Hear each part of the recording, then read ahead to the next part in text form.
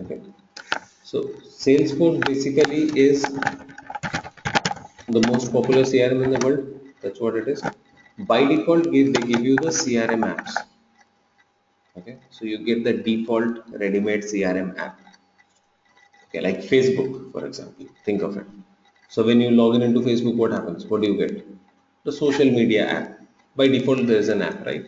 Gmail. What does it give you? The emailing app, which is there by default, right? Now, Salesforce gives us the CRM app, which will help you manage your sales and service details. That's there. However, some companies use it for other things also, apart from CRM. On top of CRM, if you just want to, let's say, do project management. So you have the option of building your own apps on Salesforce, which will help you to manage projects and all. Okay. So the company has to decide whether they just want to use the standard CRM app which has been given by Salesforce, or they want to do customizations. Do they need to build apps as well? Okay. And second thing that they will have to decide is how many users they need. Okay. So once you've decided on this, you should approach salesforce.com and you should tell them that these are the number of licenses that we need. Okay. And based on the functionalities, you will pick an edition. So Salesforce comes in different editions, and like edition wise the pricing is going to differ. So there is a contact manager edition, which is pretty simple one. It's a $5 edition. Then there is a group edition, which is a $25 thing. Then there is a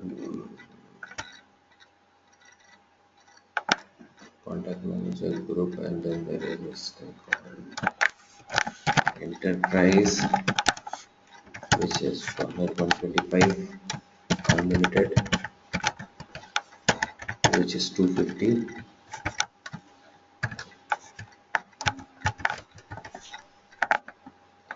And there is professional, which is $65. Okay, so contact manager is a very basic edition, which only allows you to manage contacts in it. So you can have, your contacts saved and the task and activities saved. That's it. Group edition actually gives you a little more functionalities, a few more options. So gradually, as we do a few things within Salesforce, you will gradually start understanding those things. Automation customization part starts from enterprise. Okay, so basically your major call is going to be here. If you feel that you need to do automations, you need to automate your process, you need to send automatic emails or maybe automatically escalate cases and manage things, then this is what you need, right? Else you need, again, if you don't need automation, if you are pretty happy with whatever Salesforce has provided, you can pick one of these. All right. So, and all this pricing is per user per month. This is per user per month. All right. Okay. So now let's say, think of it. We need Salesforce CRM, and we decided that we need enterprise edition. All right. And we say that we need 10 licenses because we have 10 users. Okay.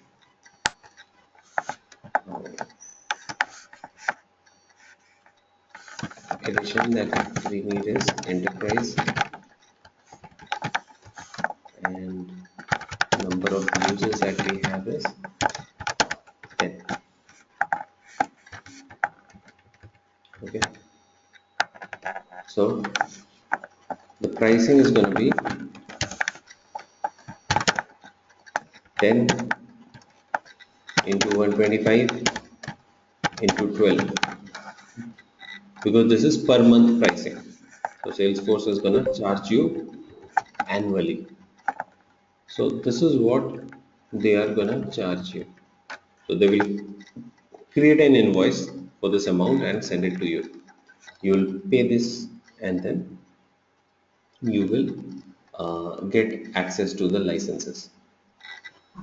Clear on this? Now, how many licenses we have purchased? 10. Okay. So once you purchase this, it's very important for you guys to understand, because we will talk about all Salesforce functionalities and everything. But this is again something, if you do not understand this initial process, sometimes this may be a bit of uh, a concern for you. You know, if you are working for a client and the client wants you to help buy new licenses and all that stuff, you need to understand things like this. What exactly happens? Because sometimes you will be working for clients who are just implementing Salesforce, who don't have licenses and all, right? Okay. So now what happens here is,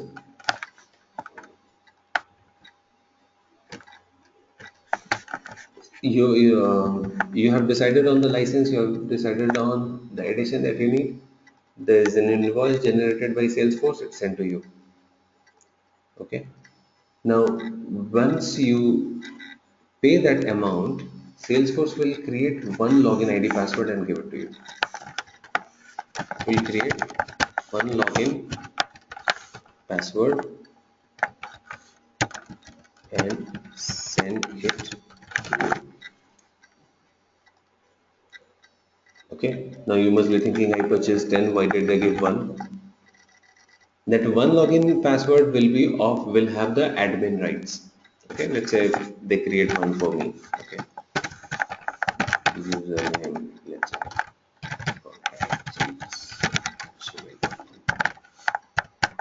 This is what they will create,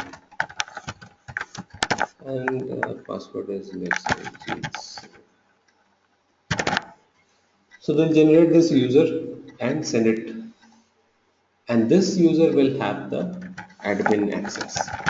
Admin user. This will be an admin user. Admin user means will have the privilege to create other 9 users. Correct. So they're not going to create all 10 for you. In case you want, they might create it, but usually this is the process. Okay. So you will just give them one email ID that this is going to be the administrator. Now they should create the first user. As soon as you get your user credentials, you can actually change the password and whatever, and you can then go ahead and create the rest remaining 9 users. So now you control. I mean, the administrator will have the control to manage those 9 licenses. So it's not that the same person. For example, if I uh, give those licenses to Neeraj, one of the license to Neeraj. Okay. After 2 months, he leaves the company. Then I can take that license and I can assign it to someone else. So now the control remains with the administrator, and the administrator can also change. So initially, let's say Jeet Singh was created as an administrator. Later on, I want to make someone else as an administrator. I can do that. Correct. So that's also doable. All right. Okay. So now, the moment you receive this, Jit, just one quick second. Yeah, yes, one sure. more.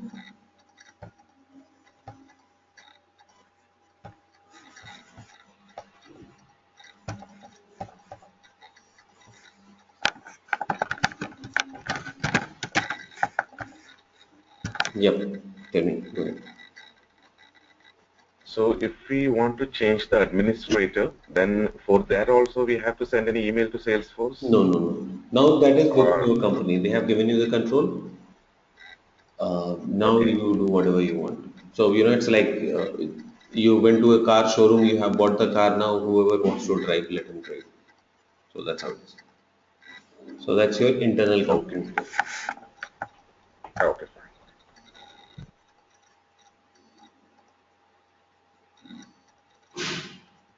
Okay.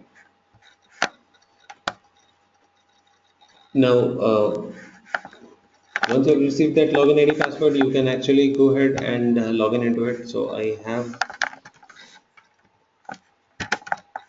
a login ID password available. I'm actually logging into it.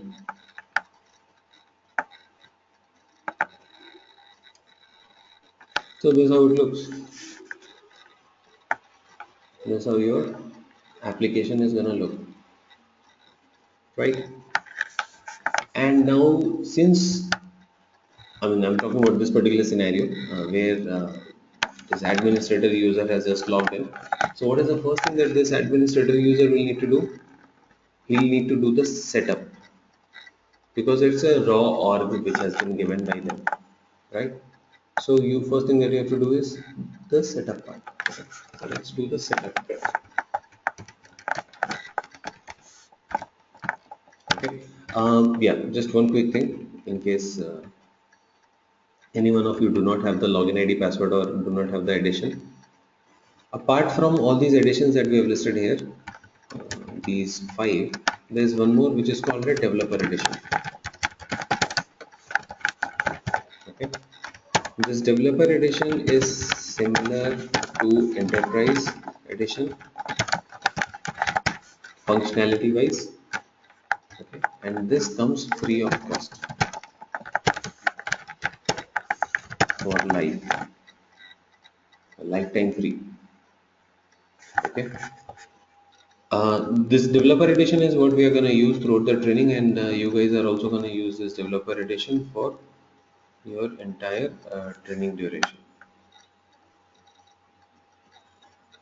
Got it? So how to create a developer edition in case anyone does not have a developer edition, all that you have to do is go to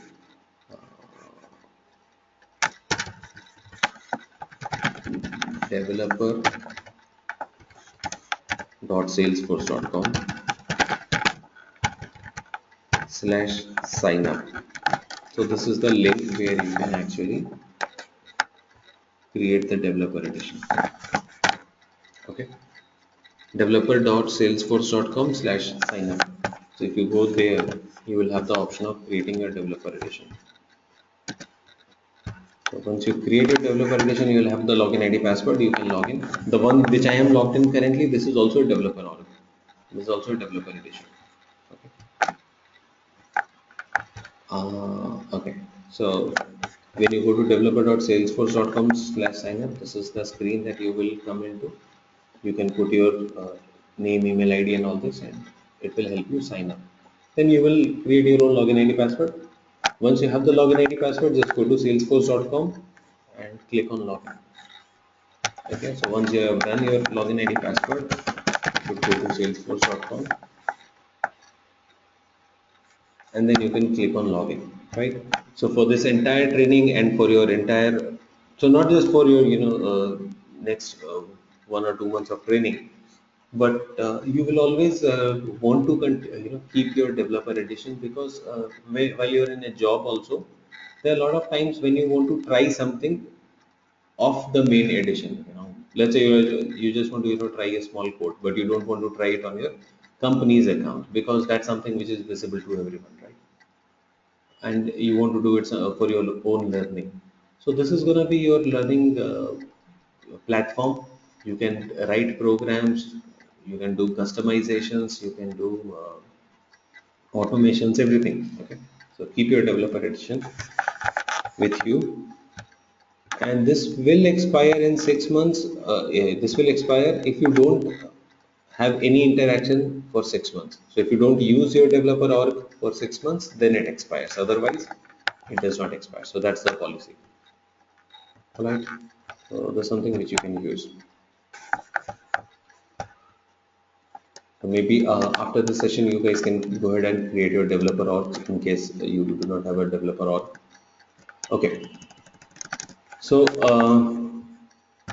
now this is how it looks.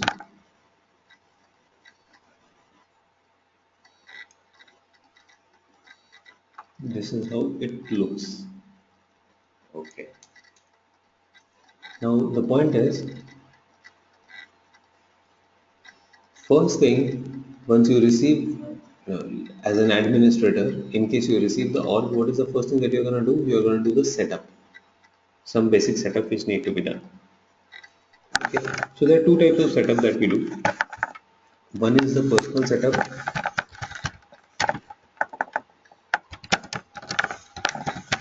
and one is company setup.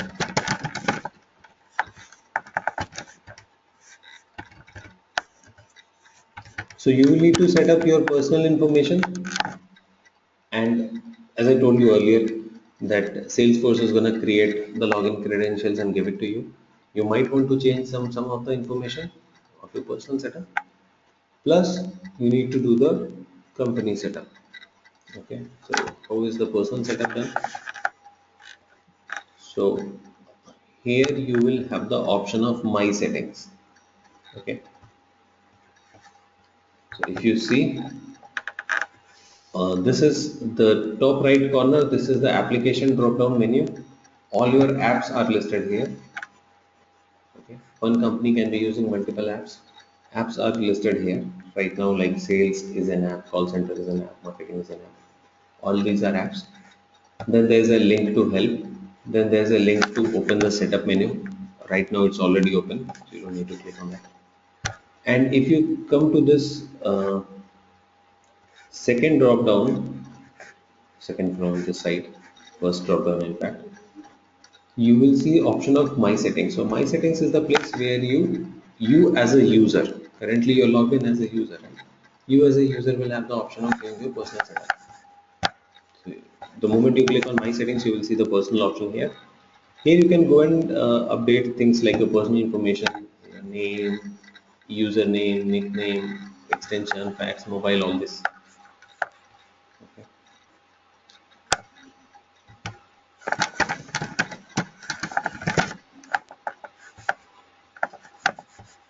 Let's say I want to update it. Jeet Singh. I've done that. Okay.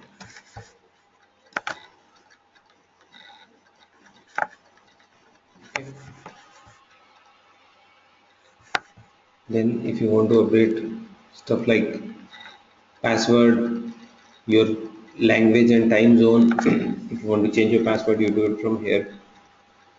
You want to change your language and time zone. You want to see Salesforce in a different language. Let's say French. Save it.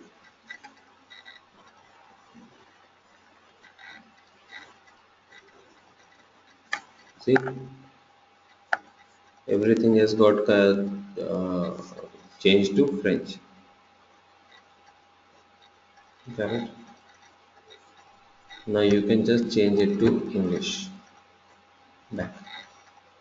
So before you change it to some other language, make sure that you know the option to come back, because then you will not be able to understand what that language is saying. Alright. So that's it. Alright. This is your personal setup. This is a place. Now the important part is, and personal setup is something which anyone can do. I mean, ideally, if there are 10 users, no matter whether they are admin users or not, everyone will have the option of doing the personal setup. Okay. Like you should be able to at least change your name, password, phone number, mobile number, all these things. Every user will have the access to do that. Language setting is again something which every person can do, every user can do. So think of a situation where there's a company where there are multiple users, and some users are from a different region. For example, I have two people in my company who are in France who understand French. So they have all the option to convert things into French. Right?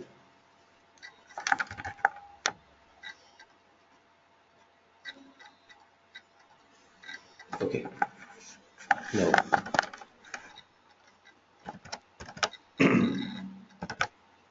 So you mean say every user can set up their own language and they will able to see the detail in his language.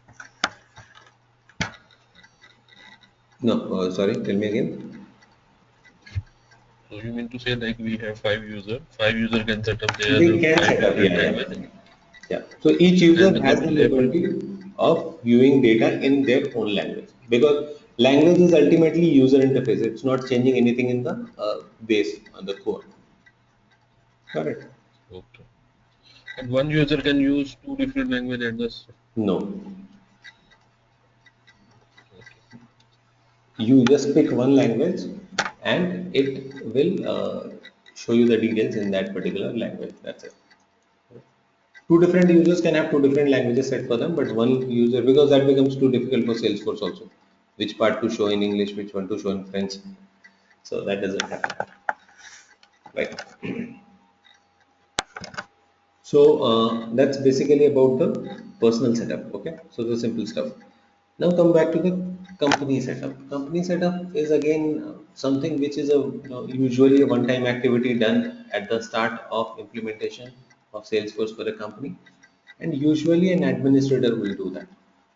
The company setup. So what actually needs to be set up for company? It's very simple. Just a few information that you need to set up for your company. Where do you do that?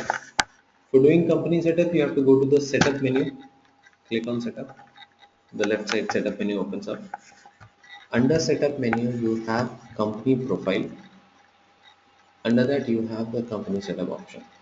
So first of that is company information. Under company information, you have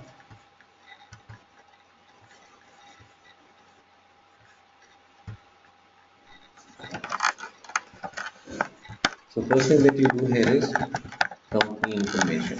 Company info will include things like the basic company info, name, website, address, phone, fax, these kind of things, right? Plus location, time zone, which time zone the company operates, currency, and language. So these are the things which you need to set up for company. Okay. So if you go to company info, you will see that first of all you'll have the option of putting details about the company, and then you have the option of putting default location, default language, default time zone, and currency. Right now it's USD. If you want to convert it into some other currency, you can do that. Right now, location is also something which can Does be mentioned. Salesforce about multi-currency? Yeah, it allows multi-currency. Okay, one quick thing again. I think I told this earlier also. Let's wait till the time I ask you. I will have pauses in between the sessions, and let's put the questions at that time. There's no point breaking the flow, and some of your questions might get answered in the flow. While I'm discussing. Right? Okay. So default. Sorry. And microphones on mute, everyone, please. Thank you. All right. So while you're doing the company settings, you see that you have the option of setting up the location, language, time zone, and currency. Okay. Now, for language, you have an option of setting the language for the company, and same thing goes for the time zone. Also, you have the option of setting up the language and time zone for the company, and the same option we saw in the personal setup also, which means the user can set up his language, and administrator can set up the language for the company. Okay. So what is actually happening is the language that you set as an administrator, the default language for the company, is going to become the default language for all the users, but it's just going to be the default language. If the user wants, he can always go and change it to some other language. Correct. So this is just going to be the default language. So if user does not define any language, by default English will become his language, but in case user wants, he has the option to change that language. All right. So the final language which will be visible to the user is the one that user sets up. Okay, if he does not set up anything, by default he will see the default language. Got it? So for example, in your company, out of, let's say there are 100 users, out of 100 users, 95, 96 of them use English. So you can keep English as a default language. If someone needs French or Chinese or some other language, then they should change it on their personal setup. Got it? Same thing goes with the time zone also. The time zone which is defined here is the default time zone for all the users, but the user has the option. For example, you know, entire set of users are in US, but there are 5 people who are sitting in India. They need to set up a different time zone. So that's default time zone will remain like this. Those 5 users who are sitting in India have the option of changing the time zone here, so that their you know things and activities are shown with Indian time zone. So if they have a task or activity pending, that displays Indian time zone, right? So that's basically the time zone and the local setting concept. Now coming to the currency. Now every company, what are we actually trying to do here? We're trying to do the CRM activity. We are basically trying to store information. We're trying to store information, right? So if you are trying to store information,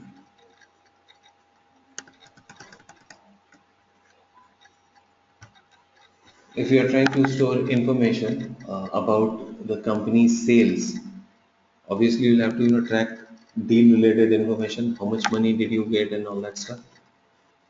That's something which is done from the currency. Basically currency needs to be uh, you have to decide on which currency you actually do the transactions in. Now you have all the currencies available here and you can choose the currency that you want.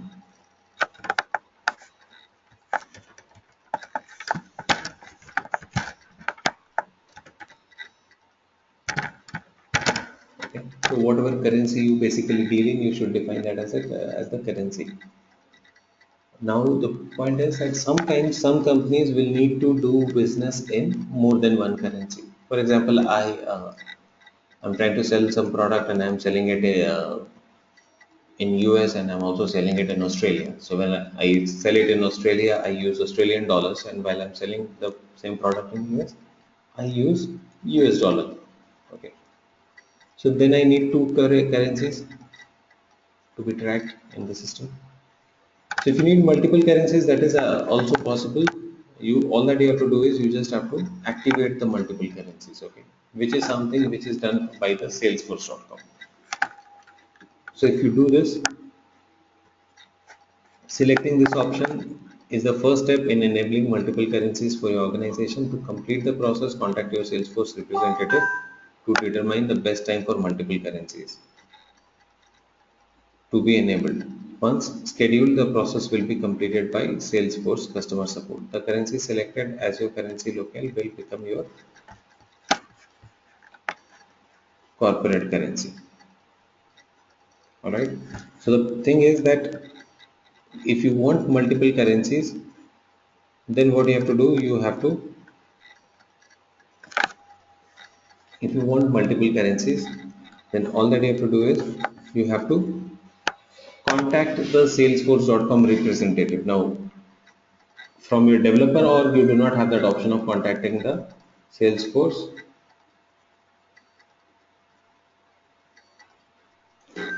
From your developer org, we do not have the option of contacting the Salesforce representative. But if you have an enterprise, if you have a paid edition, then you will have a representative who you can talk to, and then they are going to enable it. So, uh, which means that on your developer org, you will not be able to see the multiple currency option, but it can be done, right? In any other edition, in a paid version, they will allow you to do they will allow you to do the multiple currency option, or they will allow you to use it, right? And then the next thing is the fiscal year. So you basically set up the fiscal year for your company. Why is this fiscal year important? Fiscal year is important because most of the company reportings and all will happen based on fiscal year. So if you see, the companies usually do reporting based on the quarters and the financial years and all that, right? So if you define the proper fiscal year, what is the time frame when the fiscal year starts for the company, it's going to be very handy for the company, in fact. Okay. In terms of doing the reporting, so when the company starts doing reporting, instead of mentioning the dates, they can just mention like pick a report for the last fiscal quarter or pick a report for last 2 quarters. Now your fiscal year is defined here, which will mean that Salesforce can automatically understand when you say last quarter, it will automatically understand that, okay, according to your fiscal year, what should be the last quarter. So it should be from, let's say, 1st October to 31st December, or it should be from 1st January to 30th March, whatever. Alright. So You have the option of defining your fiscal year. So you have to say what is the start month of your fiscal year, let's say April. Okay, and so the standard fiscal year is basically the fiscal year with 4 quarters. The one which we are familiar with, which is very common. So 3 months per quarter and that kind of fiscal year, right? Okay. The next is business hours.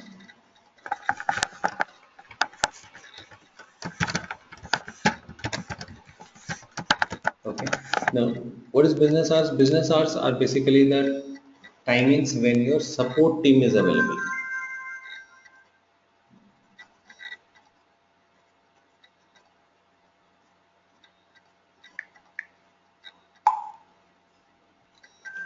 Okay. So business hour is the time when your support team is available.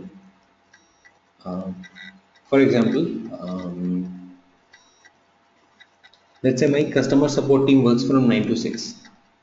Then you need to define that. Why should we define it in the system? How is that going to help? Remember, I was talking about automation a few minutes back. I was saying that in Salesforce you can automate things. One of the things that you can automate is escalation of cases. Escalation of a case means in case, okay, if a case is not resolved in the defined SLA, you might want to escalate that case. Okay, so every time the company receives a case, a customer complaint or a customer ticket, there's an SLA associated to that, and it needs to be resolved within that. Okay, if it is not resolved, it should get escalated. So Salesforce has option of automatically escalating the cases. Now for this auto escalation of cases, you need to define business hours. So based on the business hours, Salesforce can automatically do the calculation at how much time has passed since the case was raised, and it can automatically escalate the cases. Okay. Now this is important only if you have to put business hours, only if you feel that you are going to use the auto escalation of cases. Otherwise, you don't need to define anything here. Otherwise, I mean, doesn't make sense, right? If and only if you are dealing with cases and you have to define auto escalation of cases, then only you should define business hours. So you can just click on new business hours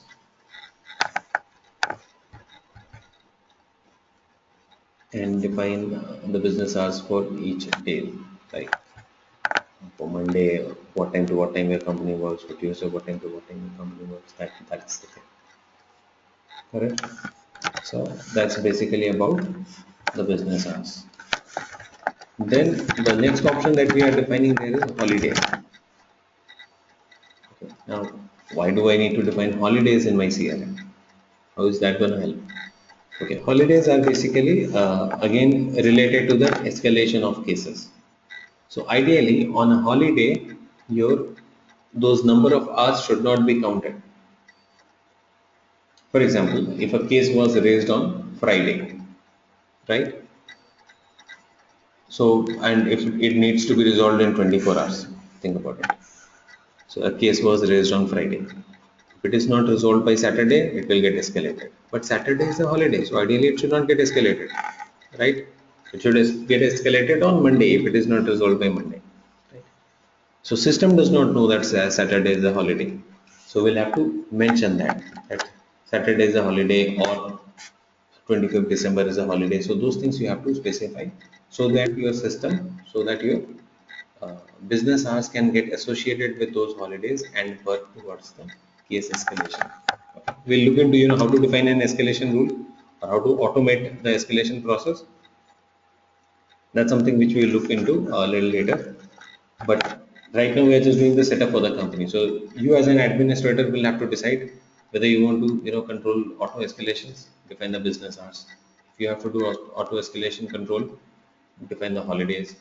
Fiscal year is definitely going to help you in the reporting and company information. Again, all important piece of information there: the time zone, the language, currency, okay, location, any other information about your company that you want to store here.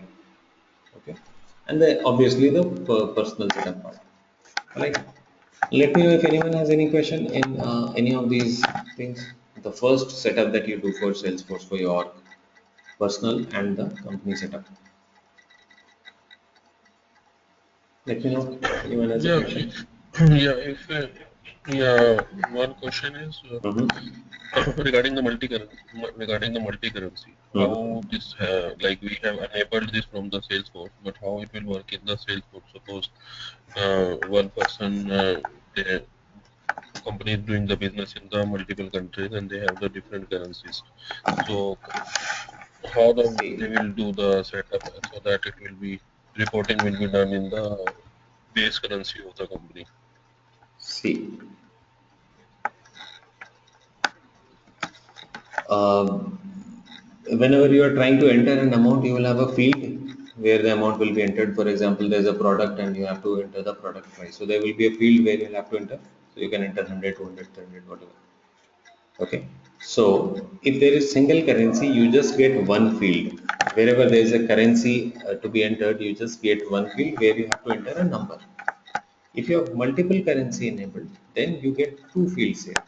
One is where you will enter the number. Just beside that, there is a drop down which has the currency options. Okay. So, moment you click on this drop down, you will have all your multiple currencies which are enabled for you. Okay. So, you'll have to pick, let's say, Australian dollar. You select Australian dollar here, and then you enter, let's say, 500. Okay. So now your data is getting stored as 500 Australian dollars. Right? At the same time, if you wanted to put it in USD, then you should have selected from this drop down as USD, and then you should have entered $700 in that. Fine. So that's how it actually works. So you might not be able to see it on your developer org, but this is exactly how the end users are going to enter the values into it. And this is how it is actually going to get stored in the database also. So with every amount value, it will also store the name of the currency. Right? Yeah, but in company setup, the base currency is USD, and the amount the user is entering or the customer is entering that is in Australian dollar. So how the company will calculate the amount or when they will be doing the reporting at the end of the fiscal year, like how they will convert this amount in the Salesforce. So it will show the correct amount in the company company company setup currency, which is set up in the So I think, company setup. yeah. So, but I think this question is a little too early for this particular session. Let's come to the reporting part. Let's start understanding what is the report, and maybe that's when I will get into that part. Okay, because most of us do not have any understanding of what exactly a report will be. Okay, so let's just keep this discussion till multiple currency enablement. Reporting, we have a proper session for reports. We will discuss it on that particular thing, session. Okay, one last question. How we know like that given number of user licenses given, where can we see? Yeah, that's again something which we will come into. I mean, we will, the moment we start managing users, there we can actually do. You will be able to see it under manage users, which is under setup. But again, that's something which I do not want to get into right now. We'll come into manage users in some session. Right? Okay. All right. All right. So we are good with the company and the personal setup. Okay. Now, once you're done with your company setup, then your company should be able to just start using Salesforce. Okay. Now, start using Salesforce for storing information. Now, if you see, there are different tabs for storing different information. All right. Like we have campaigns, leads, accounts, contacts, opportunities. All these options are available here, right?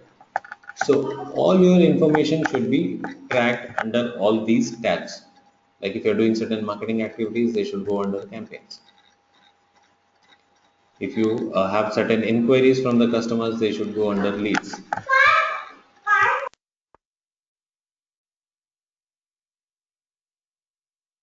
Okay. So if you're receiving some inquiries from the customers, they should go under leads. Okay. So you can just go to leads and you can click on a new lead. Let's say you have received an inquiry from someone called Michael Jackson.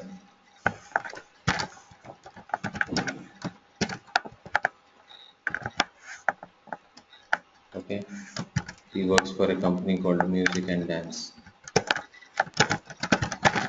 for example. So you can actually enter all the information related to this particular inquiry, the phone numbers, mobile numbers, email, website, whatever, and save it. Right. So every piece of information should be, according to Salesforce, every piece of information that's a part of your sales process or a part of your customer support process should be stored.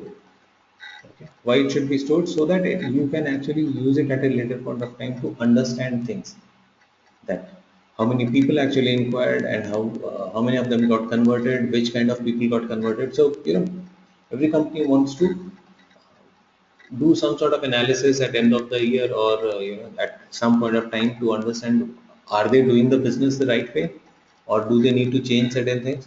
So ideally, the Salesforce actually gives you the option of tracking almost all the information, which all accounts you're doing business with, okay, which uh, contacts you are getting associated with for a certain account. All right.